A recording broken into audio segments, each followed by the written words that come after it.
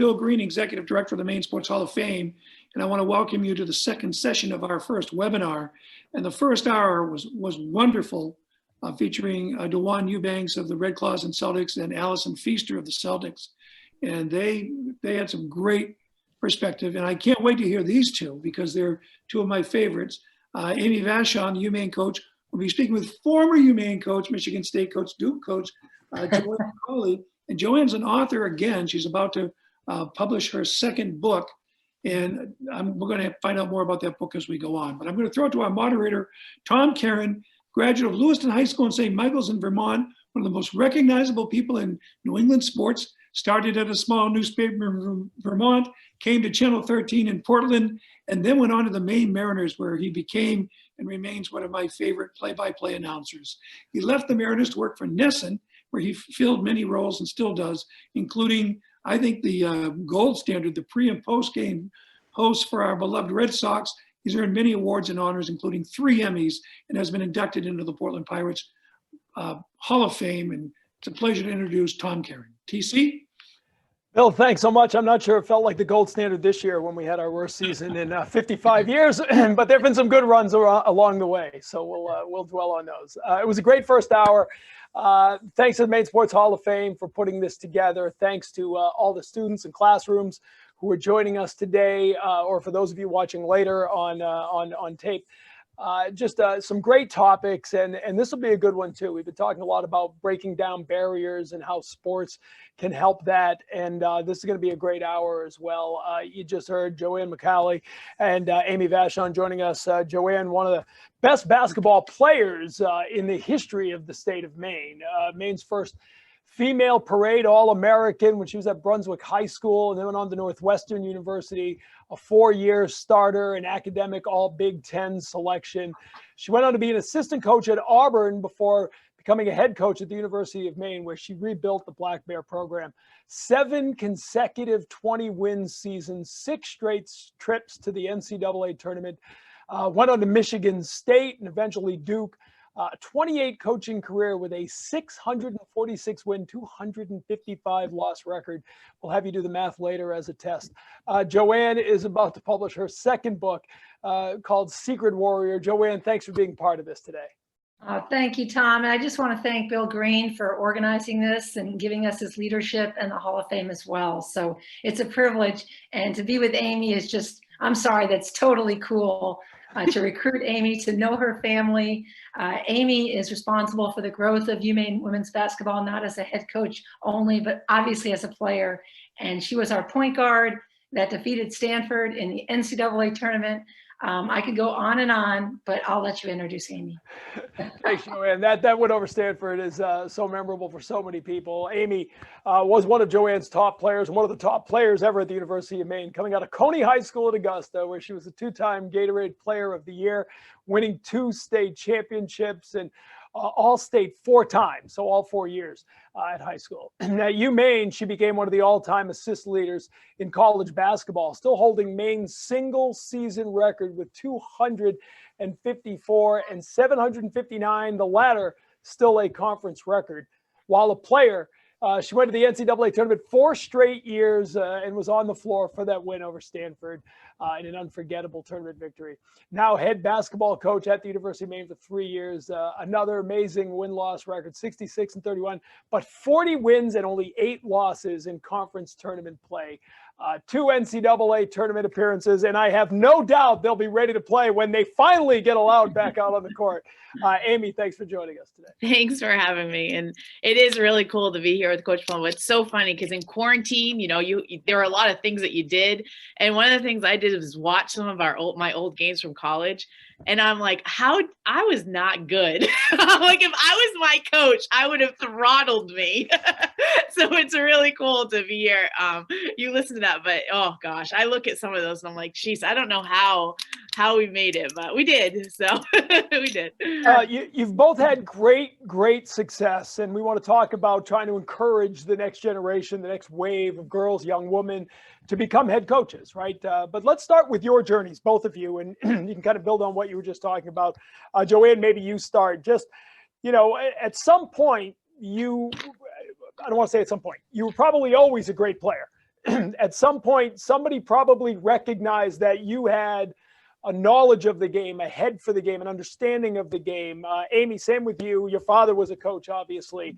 And so it was in the family, but maybe you could talk about that sort of journey from being a player to maybe as playing, realizing you might want to coach, and then the encouragement you got and the opportunities that were given to you or that you had to fight for to become the coaches you are now. Maybe Joanne, you lead off. Sure. Tom, that's a great question. And for me, I'm a coach by accident in regard to, it was my head coach, Fred Kerber, who once said to me in high school, I think you'd be an excellent coach. And that comment just went in one ear and out the other, as I thought I needed to be the most ultimate attorney or doctor, or, I had these other visions of what I could be. And coaching at that time did not seem like a profession. And so I wasn't sure if that was a compliment from him or what that was. And so again, I didn't really listen then. And then I pursued my BA in political science. That was great. At one point I was radio, TV, film. That didn't work out. I went and got my MBA thinking I would go back into the corporate sector. Didn't really like the schedule of that, and then became a GA at Auburn. And it was in my second year that I understood the value of coaching, and then how it was truly an ability to influence young women in an incredible way, on and off the court, and in much more sophisticated way than I ever thought. So for me, I truly am a coach by accident. I'm grateful for that. It's been 28 amazing years.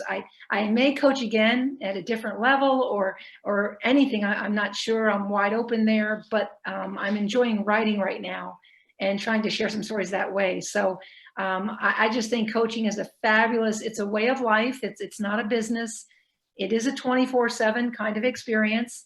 You have to love the game and you love your players, and it's very, very fulfilling. Amy, you could just sort of share how you realized. And Yeah. again, a little different, right? Your father was kind of a legend as a coach, so it was always fun. No, he was. But it's similar in a way that I was really anti-coaching. I grew up and everyone always told me, you're going to be a great coach. You're going to be a great coach. You're going to be a great coach. And I was like, I'm not coaching. I don't know if it was that, rebellion, but when I was done with playing at the University of Maine, I felt like I needed to explore something else, and basketball had been my life for 22 years, and so I did, and I went to graduate school and had nothing to do with basketball. And I really was, I don't know if I was stubborn is the word, but I was like, I'm not getting into basketball. Like, I'm not doing it. And it just kept coming, it's like one of those things I say to people now all the time, like, don't fight it, like, don't fight what you're meant to do. And I'm not that it was by accident, but I kept people kept asking me to help out, and people kept asking me. So I was like, yeah, sure. And and that's how I found myself here. And I do love it. And like Coach said, it is a lifestyle. It is 24/7, and you have to love it. You have to love your players. You have to love the people you work with. You have to love the game, and when you do, it's awesome. I've been in Boston 25 years, and I tell people, when I've tried to tell people about the importance of girls and women's basketball in Maine, they look at me like I'm speaking a different language. I'm like, yeah. I mean, again, I've been here a long time, but when I was at Channel 13, I was covering Cindy Blodgett in high school, right? It was one of the greatest athletes I covered in high school. Stephen King's written about women's basketball, right?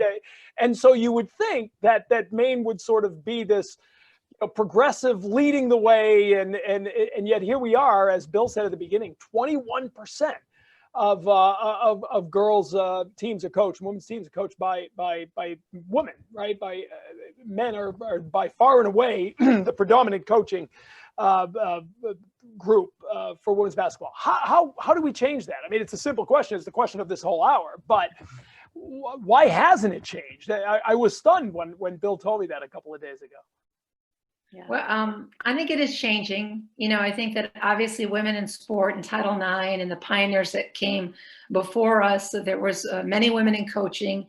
The market has changed completely, relative to the earnings, the opportunity to be coaching, the opportunity to raise a family, and that type of thing. So it's a growth process. It's something that needs to continue to change, and young women and girls need to stay in sports. At age 14, a lot of girls are opting out, and going in different directions. And, you need to be in, I played 3 sports, soccer and track, and actually softball too. And sports are great for all things: physical health, mental health. Anyone should play. It should not matter your level. You don't need to be some kind of superstar. You just need to see what the value is. And also, most importantly, the value in team sports. Individual sports are great. I love tennis, I love golf. But when you play team sports, those lessons you learn in terms of interfacing and communicating and how to lead and influence and how to listen and follow become very, very important. So we need women and girls. We need you all staying in sports, learning from that experience, and then knowing that being a head coach, an assistant coach, can influence others. And it's a profession. It's a committed profession, and it's very honorable as a profession because you are a mentor and you are a teacher. Yeah, I would say, Tom, the same thing. When I heard that statistic early this spring, I was shocked, and I probably shouldn't have been shocked, but I really was. And it really, I did a lot of research into it to see why, and one of the reasons, like Coach Palumbo said, was, the market change, prior to Title IX, women's basketball, girls basketball, no one really cared about it. It was just like an activity. And then the money started coming, and in Maine, high school basketball, prior to the tournament, 70% of teams were coached by female. And then the tournament came, and it was like, oh, this really matters now.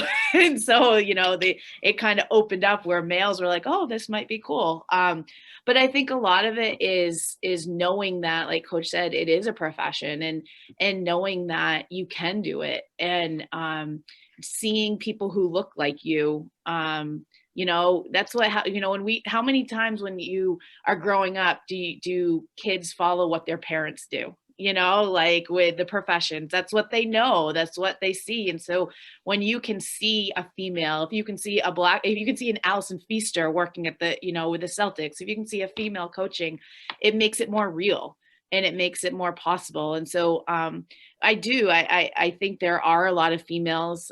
We started a group here in Maine. We have over 100 people in the group, a female group, who want to coach or who are coaching. And that's really exciting. And that's gives some hope about changing that 21%. Mm-hmm.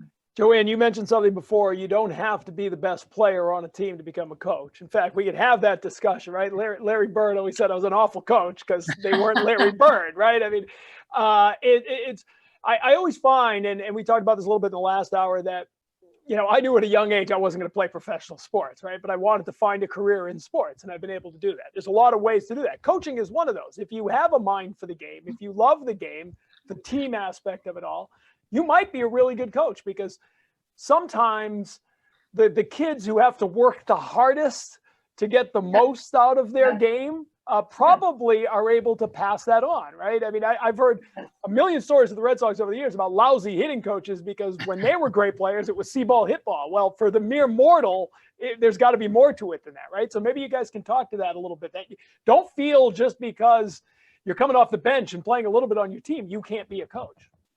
Yeah, I think you make a great point. I mean, great players like Amy can be great coaches.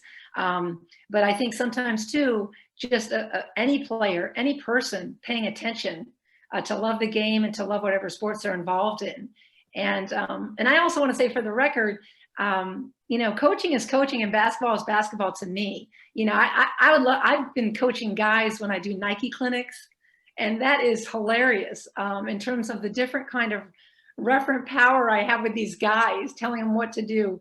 Coaching women for me is just it's just so special because of the different dynamics of it as well. So I do think coaching is coaching. I love to see opportunities for all coaching. The more the market expands, as you see Allison Feaster working with the Celtics, a female with male professional sports. Well, that just opens up the door even further. And we want all doors open as we get to an open, open market, and that women can coach at all levels. And, we just want to understand that I really do believe basketball is basketball. And, coaching can come in many different forms. But the market is growing, and it's great to see women entering the guys game. And certainly we want more women coaching women as well. And I'd say two things. One is, I really believe coaching is teaching, and it's really teaching. And we never, how many times do you question or a female teacher teaching a male, a boy? You don't. A lot of teachers are females, and you never question that. So I think we're moving. I think it's slowly, but I think there are, females coaching on the, in the coaching men, coaching NBA, coaching college, which is great. I also think, I think if you love the game of basketball, whether you were a star player or you weren't a star player, you can, if you're willing to learn and you're willing to put in the work, there's a place for you. Just because you're a star player doesn't mean you're going to be a great coach. There are a lot of great coaches who never played, it's across the spectrum. So I think if coaching is what you're passionate about, whether you're a great player or not, that shouldn't deter you from following your dreams and being a coach. We've got a question here from a student watching, and I want to preface it by saying, my son plays college soccer right now, and they played NYU last year, and the men's soccer team is coached by a woman. And it was just, it shouldn't be that striking, right? But we were all standing there, and all we were talking about was what a powerful image. We can talk about it all we want, but when you see a woman coaching a men's team, that really reinforces how slow we have been to integrate the coaching world, right? And so Lily Weinrich from NYA asks, curious what you all think about women taking larger roles in men's programs coaching recently and how we've seen that developing. Yeah, well, I think, again, the market, I love it. The expansion, the opportunity. Again, I agree with Amy so much about being teachers, professors, if you want to call it, of this great game or any sport. And if women are getting opportunities, whether it be men, professionally, the more opportunities, the better. When Allison Feaster gets to go to the Celtics and do her work, it creates a new niche of opportunity. And we just want to keep growing it. And when you're in it for the right reasons and you love teaching and you have a passion for it, you can be in it for a long time, and you can be in it at any level, and giving any aspect of your talents to it. Yeah, so I get asked, I think recently, because of the movement with more females coaching in the NBA, would you ever want to coach men? And I honestly say, it doesn't matter to me. It's never been something that I'm like, oh my gosh, I have to go coach a men's team or a boys team. It's not, I don't look at it that way. I like to coach, and if that's what the next step would be in my career, or that's what came up, then great, and I think that we shouldn't, as females, we shouldn't just look at it, I can only coach girls, I can only coach female. You have a whole world out there that you can coach, and don't limit yourselves that way. Sure, and you mentioned coaching men. You've both, camps, events where all of a sudden you're coaching boys or men. Have there been interesting moments there where you've had to win them over, or tell us a little about that? Well, it's always interesting because they, they're kind of, they're not sure, and they look at you in a certain way, but as soon as you start barking at them and getting them to understand that they're not executing, not playing hard enough, not applying enough ball pressure, they're not communicating. As soon as you get into the role, it just clicks. At a moment. And it was really a thrill for me at Nike and with Nike to speak with Jim Boeheim and also with Roy Williams and be in between these two guys, and having different subject matters. So I think, you may look different, obviously, you certainly look different. But when you start teaching, I think it's very similar, and it was fun to demand of them. And to be honest, I thought they were really on their toes. I thought they were like, wow, this lady's getting after it. Like, I better get going. So it it's been a lot of fun to do those lectures across the country. Amy, have you had any similar experiences? I've coached boys at camps, young boys, and that is tough. Boys are different than girls. I'll just say that. Yeah, I've got two. I can can confirm. I'll tell you, you could tell, let's go sit down, sit down for lunch. All the girls go sit down. Let's go sit, the boys, the balls are bouncing everywhere. Yeah, it was different.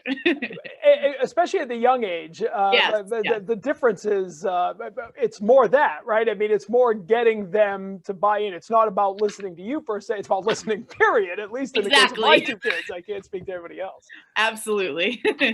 When we talk, and there may be a girl or a young woman watching right now who's thinking about this. Are there things you can do beyond playing in high school to begin that path?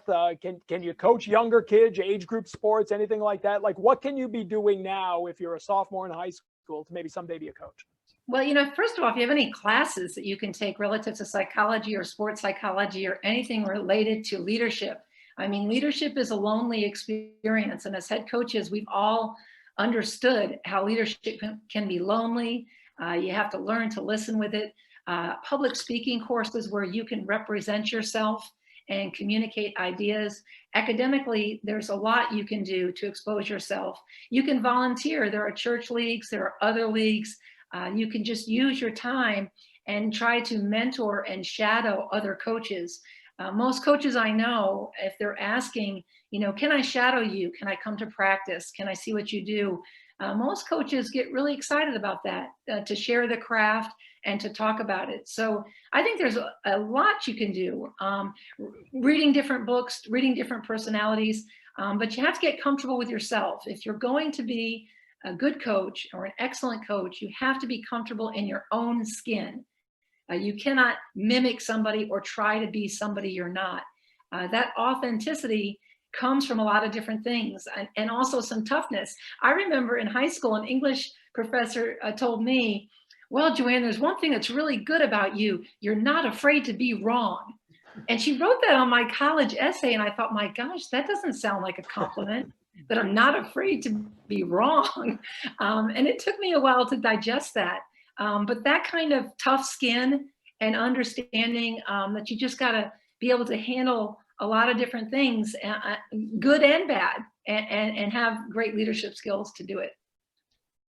Yeah, I'd echo the volunteering, and also just volunteering, but also just getting exposure, asking, can I come to a practice and watch?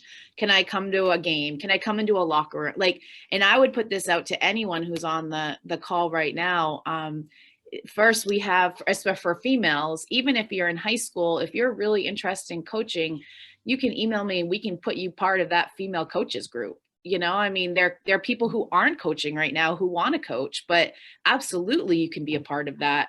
The other part is, just being willing to, like I said, ask for help. Ask, if someone wanted to come to our practice or our locker room, we're always available for that.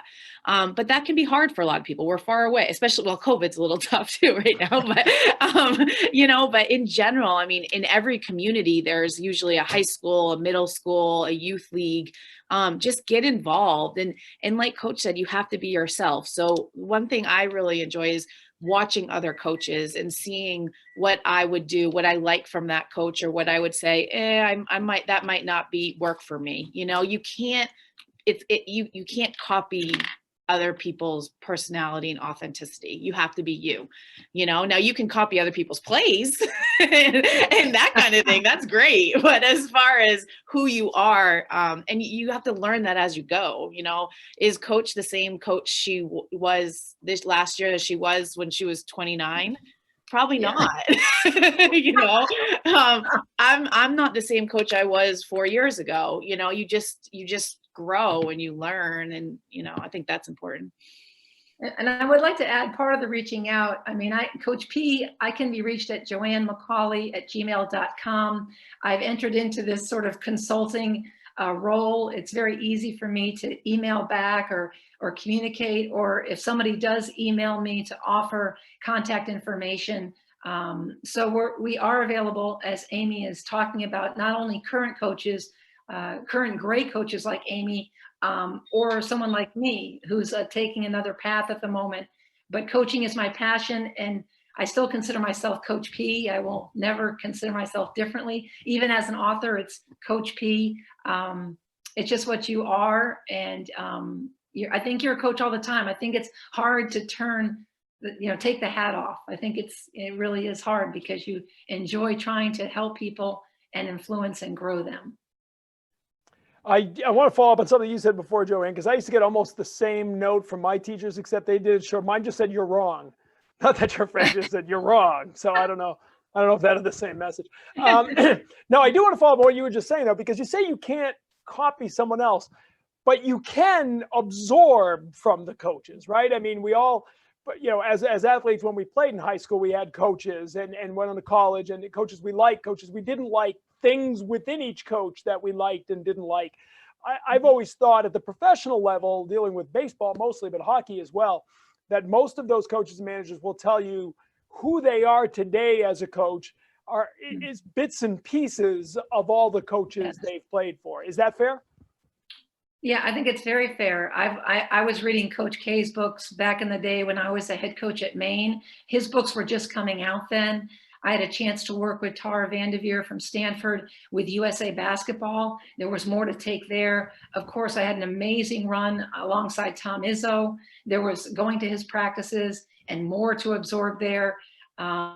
It's Pat Summitt coaching against her in the SEC conference, seeing what that was all about. Again, just really observing. Dawn Staley is one of the great coaches currently right now. Seeing how she does things and how she communicates with her team.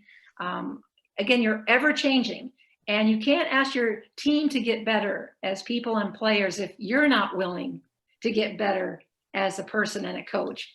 So it cuts both ways, and there's no doubt the influences. And again, I mentioned my high school coach, Fred Kerber, my junior high coach, the late Alan Graffam.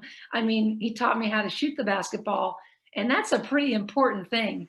All you ballers out there, you need to learn how to shoot the ball, because we can't teach you that in college. Like, you've got to get that down. We can teach you defense and a lot of things, but enjoy learning the craft of shooting the basketball. Amy, you got to be careful, because Joanne's on this, but you can talk about the coaches you learned from. Yeah, no, for sure. I mean, Coach P was very influential in my life. My dad, obviously, very influential. When I first came here, Coach Barron was who hired me, and now is the men's coach, very influential. And even back to my middle school days and my field hockey coaches, every coach that I've had has influenced me in some way. And like I said, there are some things I look at coaches and I say, yeah, I don't know if I remember before, when I was refusing to coach, I would say, if I were ever a coach, I wouldn't do that, or I would do that, or that really worked for me and that didn't work for me, And so, but I think you have to take all of that and put it into your personality and be you, It's funny. I look at like Coach Vanderveer at Stanford. She sits the whole game. And I'm like, I could never do that. She's one of the best coaches of all time, but like, if I tried to be her and sit, I'd be, and your players know when you're authentic and when you're not, so if you're trying to be someone that you're not, you're going to flop, because they know. So I think authenticity is such an important word. We talk about breaking through the barriers and the number of men who are still out there coaching women's teams. What's it like to coach against a man? And Joanne, you've coached against everybody. Michigan State, you won at UConn, right? Didn't you? Yes, by a large margin. Yeah. I mean, yeah. I was at that game, actually. I was there. Yes. So what's that like? What's it like going against some of these, especially the established men, when maybe, when you're still making a name for yourself? What's that like? Well, again, you have to expose yourself to it. You got to schedule it, and Amy's been incredible with her schedule in terms of how she's pushing her team to be the very best. And I think for me, it was always an incredible experience to think about. I mean, I remember Tar Vanderveer reading her book as we were going to play them in the NCAA tournament, and her laughing and saying to me, "Oh, do you like the book?" And I said, "Yeah, I'm looking for some kind of edge," and we won by 2 points. And so, playing, coaching against Tar, I've done it several times at Duke and also at Maine and Michigan State for that matter. Gino and the work he's done at Connecticut has been amazing. To have that opportunity to not only compete, but have the team succeed, and to see our players go out there with that crowd. I mean, it was just an incredible experience for all of us. Pat Summitt, the only time we've ever been successful against Pat Summitt was in the national semifinal, coming back from 16 points down. I mean, there's been some amazing moments, but these great coaches, these icons, you call them, Hall of Famers, they bring out the best in you. They really do. And so, when you have those experiences, again, you learn preparing, you learn during the game, you learn after the game. And you also, you really do honor them. Funny story, after we beat Pat Summitt, everyone was going crazy in Indianapolis. When I shook her hand, I really didn't know what to say. And I actually said, and this is something for everyone to remember, especially women, don't say 2 words, "I'm sorry." I actually shook her hand and said, "I'm sorry." And obviously she was the queen of women's basketball and her team was supposed to move on. And I thought to myself, that is ridiculous, what you just said. So this apology stuff, I mean, there is a time to apologize, but that is not the time to apologize. And anyway, I've been very fortunate to coach against many great coaches. Amy, what about you? As you're coming up through the ranks now, what's it like to face some of these established, legends and be going toe to toe with maybe somebody that you've learned or studied or thought about? Yeah, it's pretty cool. I'm not gonna lie. When we first played, we played Coach Plumbo twice actually when she was at Duke, and the first time we played her, everyone's like, "What's it like? What's it like? What's it like?" I'm like, honestly, during the game, I'm not looking down the court to see what she's doing, But like before the game and after the game, you kind of think about it, like this is a really cool experience, And I remember my first year, we were at Mississippi State, we were at Ohio State, and I was like, this is just cool, and you have to like kind of, okay, Amy, you're coaching, like forget about it. But it's a really neat experience, I know when our first year at the NCAA tournament, we're playing Texas, and if you see the games on TV after they do the starting lineups, the coaches go shake hands. Well, we don't do that here. Like, we don't do that. And so like, I'm just chilling and Coach Aston comes over. I'm like, "Oh, sorry." Like, I had no idea I was supposed to do that. It's just a neat, whenever you can coach against any coach who's really, really good. I love to be challenged. So the game prep, all of that kind of stuff, I love to do. And being prepared for a team, no matter who the coach is, and then them coming back, like, that's really fun, kind of the chess match amongst that. That's cool. For the record, Tom, I've got to just jump in here. Amy's team came to Duke and it was a wide margin.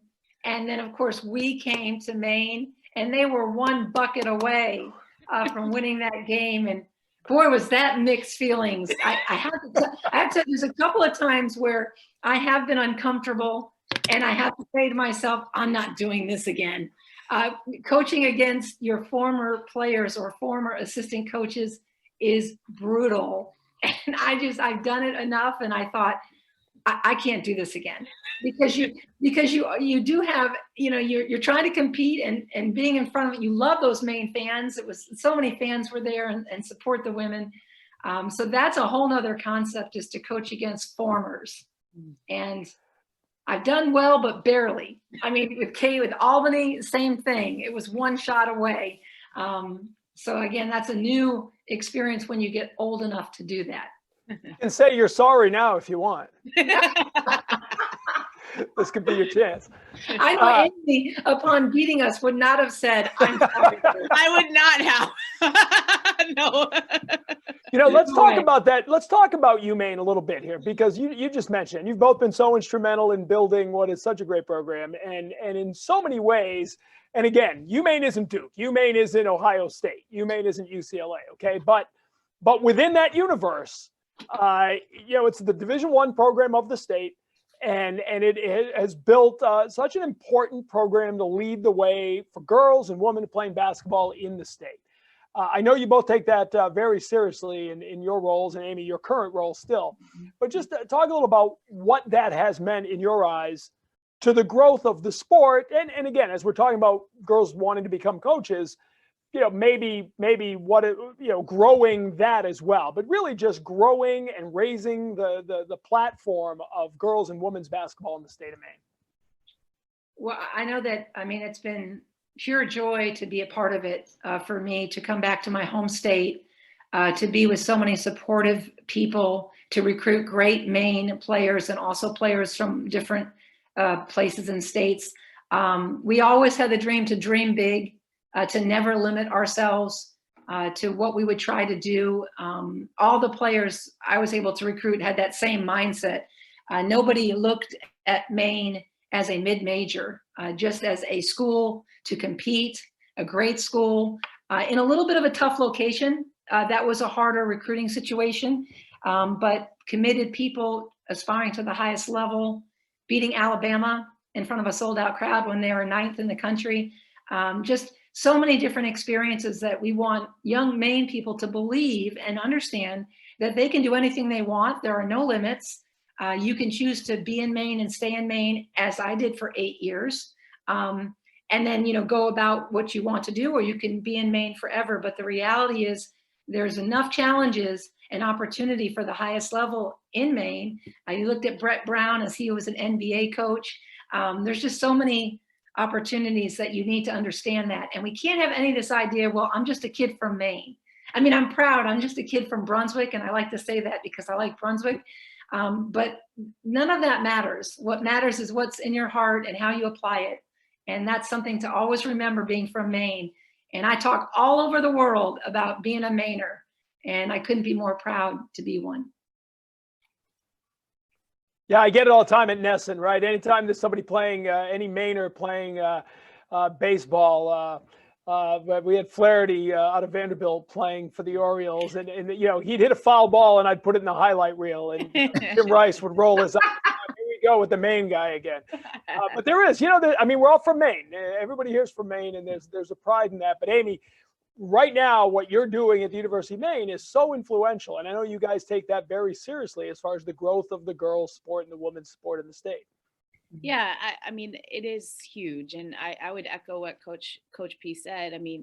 I think a lot of times our mantra is, we do more with less. We're hard workers. We're not good enough. We're, and we need to change that. Like, it's great that we're hard workers. Like, we are, and we need to take pride in that, but we can't just say, or I got to get out of Maine. There's something better out there somewhere else. There might be for some people, but for a lot of people, I love Maine.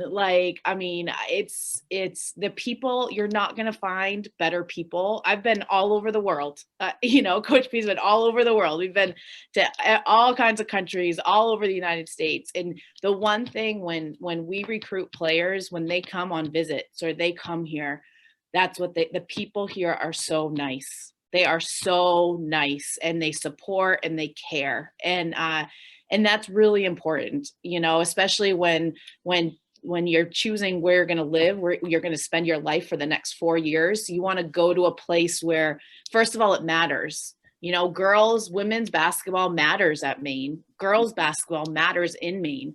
There are a lot of universities that women's basketball is just there because it has to be for Title IX. I tell this story a lot. There was a school that we went to a couple years ago, and the national anthem was going, and I looked up and there were 4 people in the crowd, and 2 were my brother and sister-in-law. And I was like, wow, this, it's special. And I think sometimes we take that for granted or don't think it's special enough. And we have to understand that where we are is a really special place. And I think also too with Maine, we all feel connected. The pride of Maine.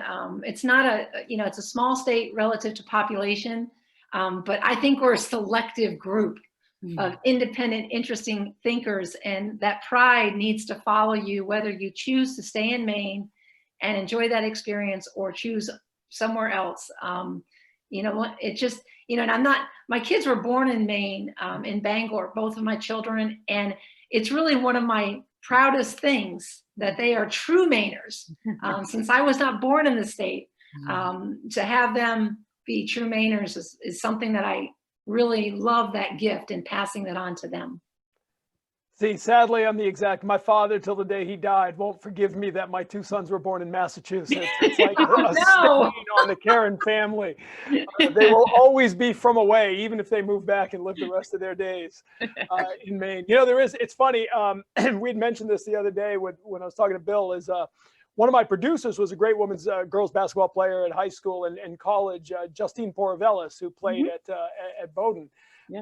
McCallie too. McCallie before, but yeah. I'm well aware. And it's going back to the pride of Maine, like she saw this somewhere. I must have tweeted something, and she's texting me, "Oh my God, you're talking to them? They're the best," and so that never leaves you. You know, she's been with us in Boston for 15 years now.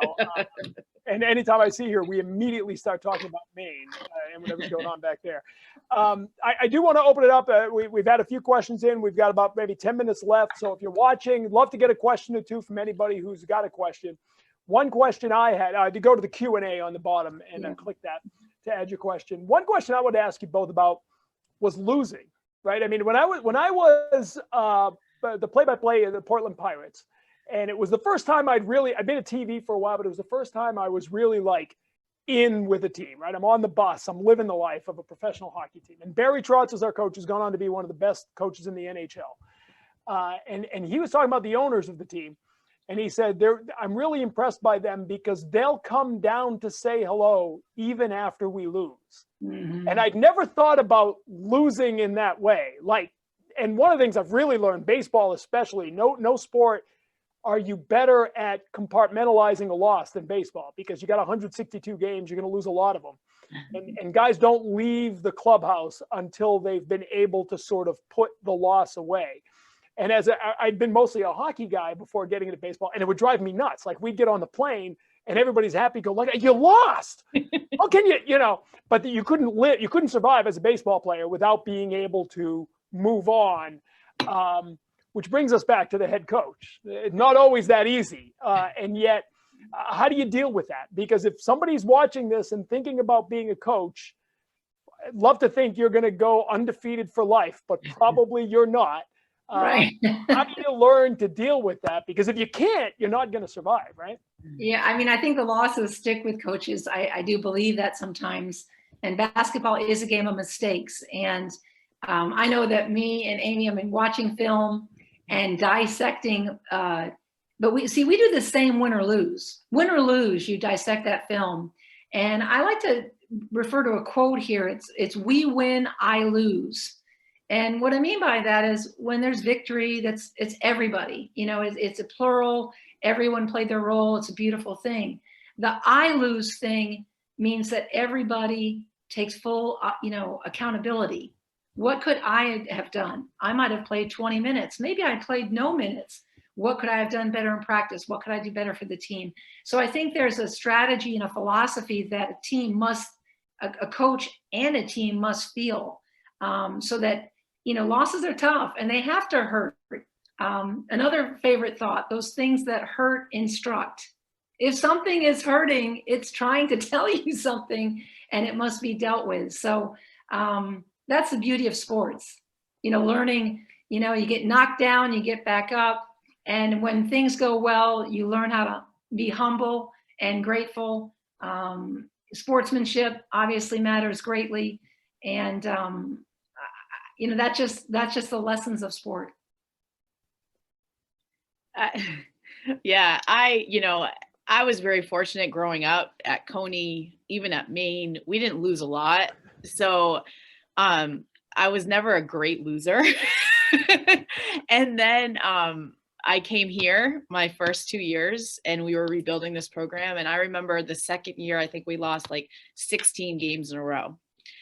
And I remember sitting in my office talking to one of the men's assistant coaches saying, I don't think I've lost 16 games in my life, which was an exaggeration because I had, but it was so hard. It was so hard. But it's part of growing. Like we had to go through that to get to where we wanted to be. Now, I think there are good losses and there are not so good losses, and distinguishing those for me and for our team is important.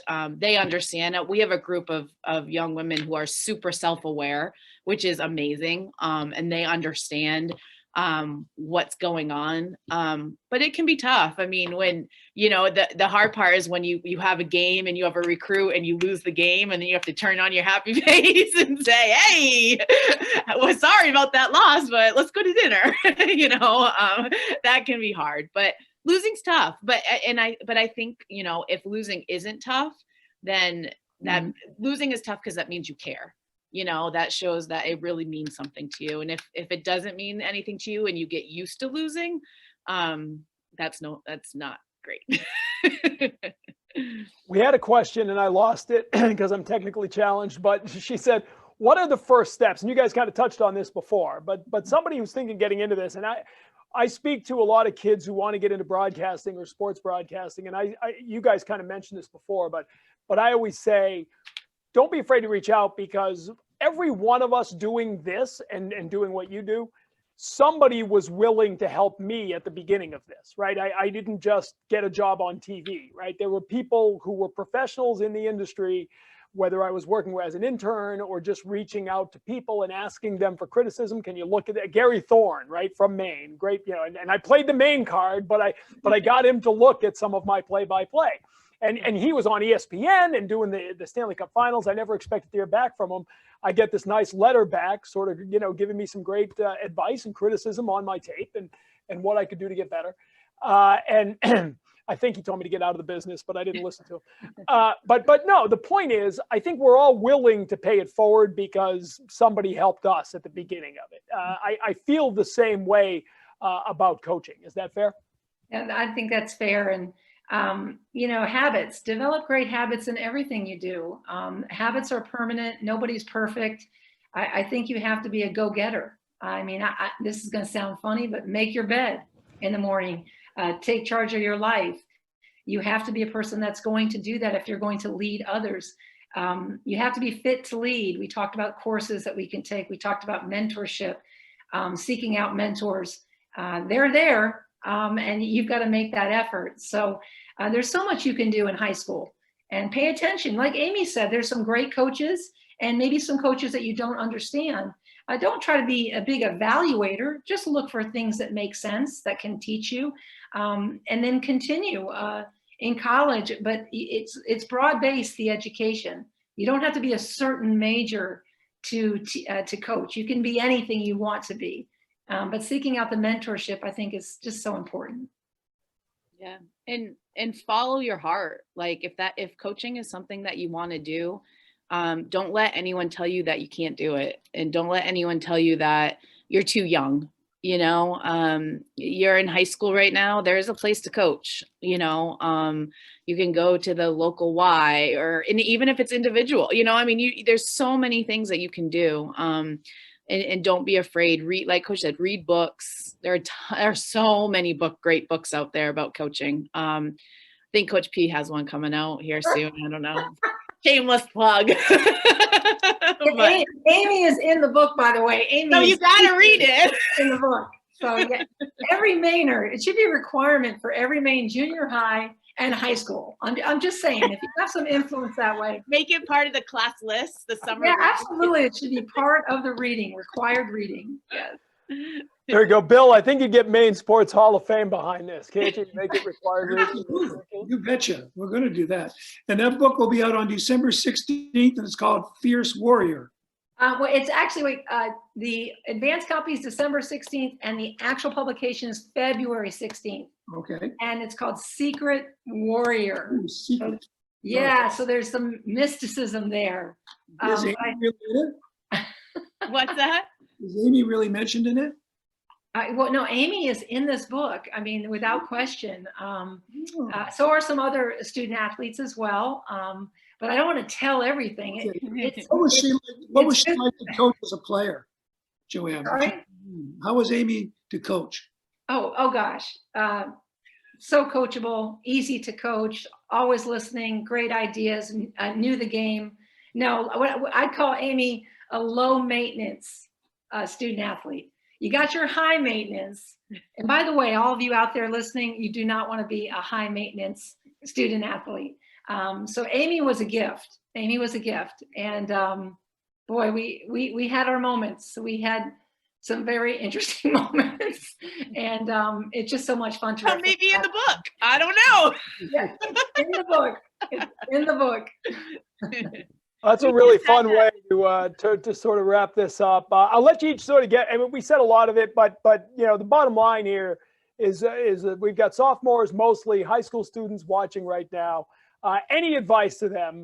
Just the big picture advice, whether they want to be a coach or just in general. You know, getting through. We're all going through a tough time right now.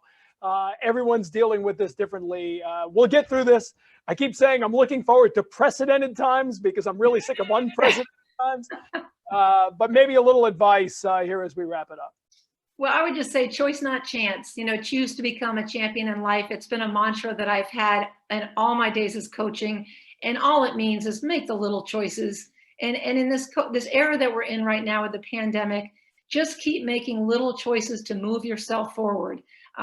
It's very difficult for everyone. And reaching out to other people is a great way, a great choice to make in order to get through some of these tough times.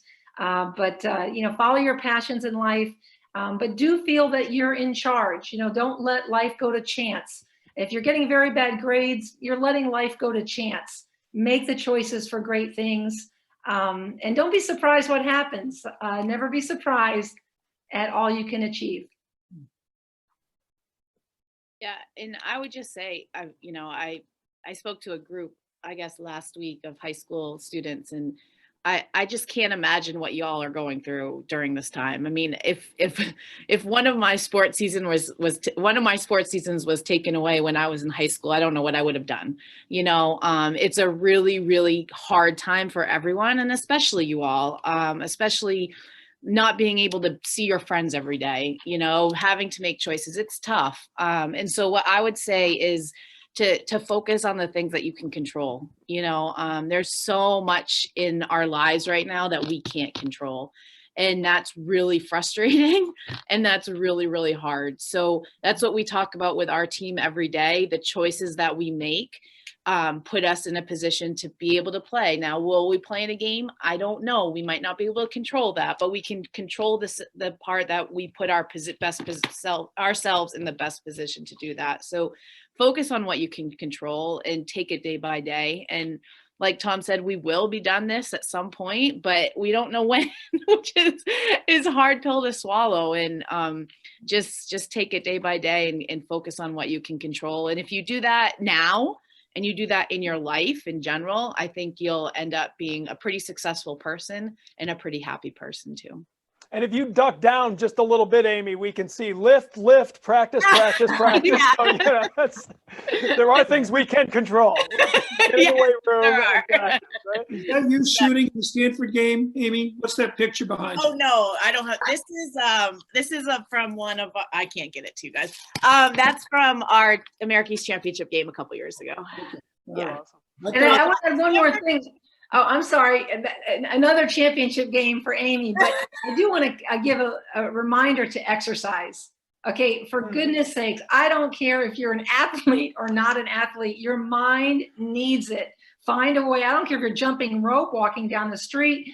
At this point, getting back to the situation we're in, don't rely on others to exercise. Do push-ups.